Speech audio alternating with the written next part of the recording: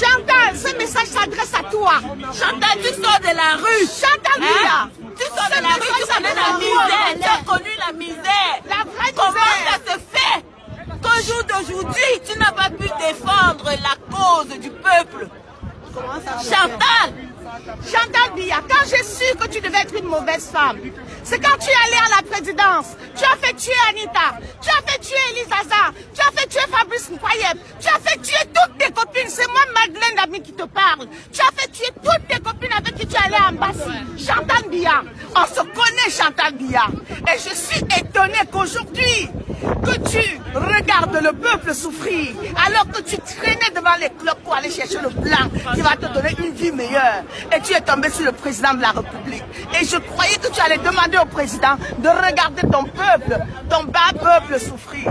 Mais non, tu t'es assise, tu as commencé à t'empiffrer, à grossir comme un sac de patates, à t'en mettre même dans les cheveux.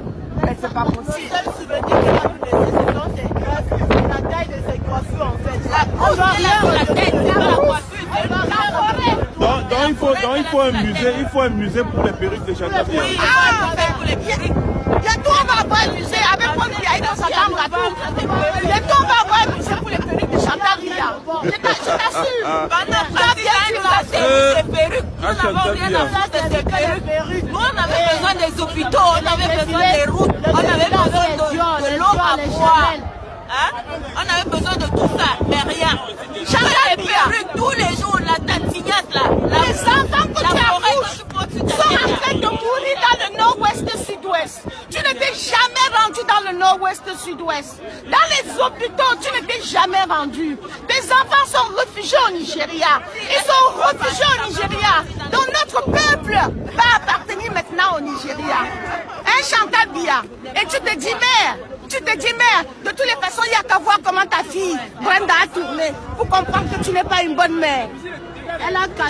Tu as cassé la statue de Jeanne Iran Biya depuis tu as mis pour toi à l'hôpital central. Il fallait remettre ça avant de partir.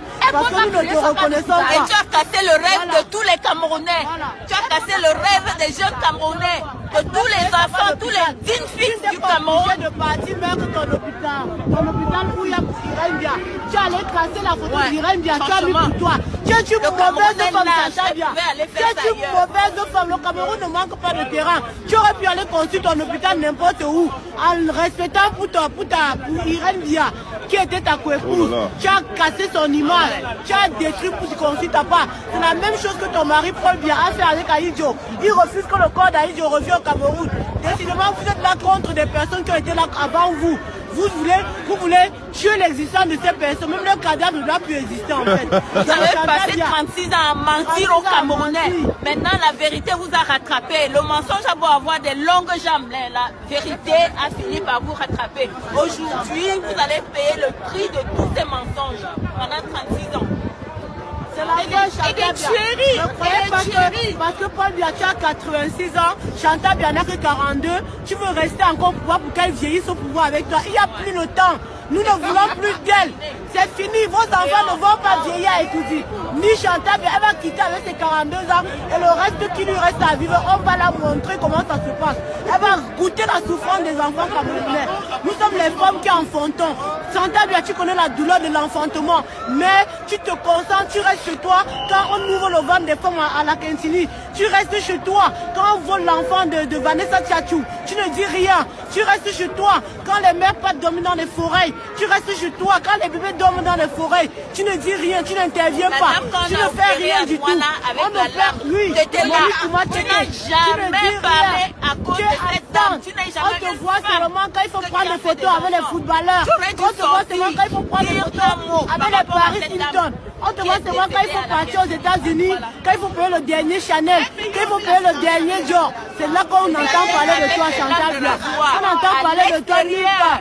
Et la nouveauté que tu as amenée au Cameroun, c'est la prostitution du 8 mars. Que toutes les femmes se saoulent, toutes les femmes dorment dans les caniveaux à cause de toi. Avant toi, il n'y avait pas ça au Cameroun, Chantal Biya. Les femmes ne divorçaient pas leur mari à cause du pan. Mais depuis que tu es là, les femmes divorcent à cause du pan. Les femmes dorment dans les rigoles à cause du 8 mars. Tu as chosifié le 8 mars. Désormais, 8 mars, 08 mars. Désormais, 08 mars. À compter d'aujourd'hui, sache que le 8 mars, ça ne va pas exister.